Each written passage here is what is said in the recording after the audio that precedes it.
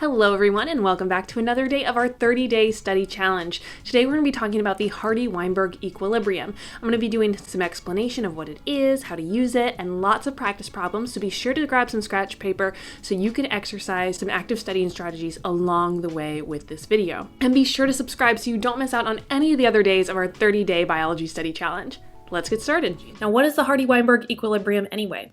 Well, Hardy Weinberg is actually an equation that we can use to determine the frequency of alleles in a population at a given time. Hardy Weinberg is used as a model for describing and predicting allelic frequencies in non-evolving populations. Remember, it represents ideal populations that aren't changing. Since natural populations do change, Hardy Weinberg provides us with a baseline to gauge that degree of change. Now, there's two equations you're going to need to know in order to do Hardy Weinberg problems. The first one is easy. It's just P plus Q equals 1. The second one is P squared plus 2PQ plus Q squared equals 1. Now, what do each of these things represent? So P is going to equal the frequency of the dominant allele in a population.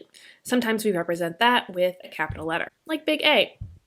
Next up, Q is going to represent the frequency of the recessive allele in a population. So for example, little a. P squared is the frequency of homozygous dominant genotypes in the population. So for example, big A, big A. 2PQ is going to be the frequency of the heterozygous genotype in the population, so big A, little a. And then you guessed it, Q squared is going to represent the frequency of the homozygous recessive genotype in a population. So if you're confused already, just make sure you come back to this key so you know which letters are going to represent which genotypes and allelic frequencies. The best way to do Hardy Weinberg is to actually practice it and see it in a practice problem, so let's go ahead and get started. This practice problem comes first. In a population of humans, 16%, or a frequency of 0.16, are not able to roll their tongue. We're going to deal with frequencies to do these calculations, so you want to convert percentages to frequencies, or that decimal version of the percentage. In the population, 16% are not able to roll their tongue, which means they are homozygous recessive for tongue rolling.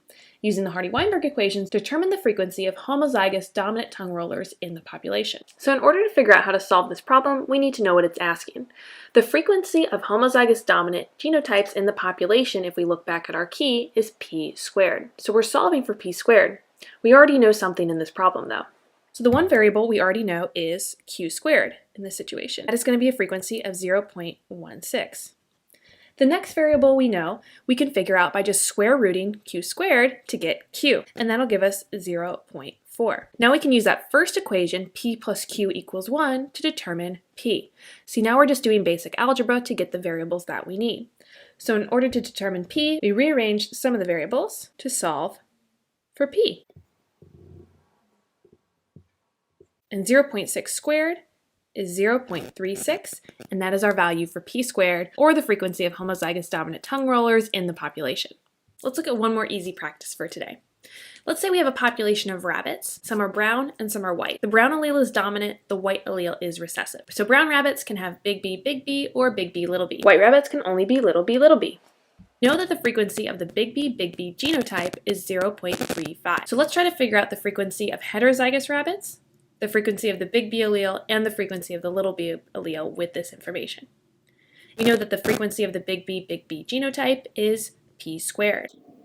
If P squared is 0.35, we can take the square root of that and get 0.59. From there, if we know P, we can easily solve for Q. After we solve for Q, and we're looking for the frequency of the heterozygous rabbits, all we need to do is get 2PQ. So 2 times P times Q. That's 2 times 0.59 times 0.41 would be about 0.48. The frequency of the big B allele we already found, that's 0.59. The frequency of the little b allele is 0.41. A fish scale color has been connected to a gene with two alleles. Individuals with two recessive alleles show a blue phenotype, meaning they have blue scales, whereas those with two dominant alleles or heterozygous genotype show a black phenotype.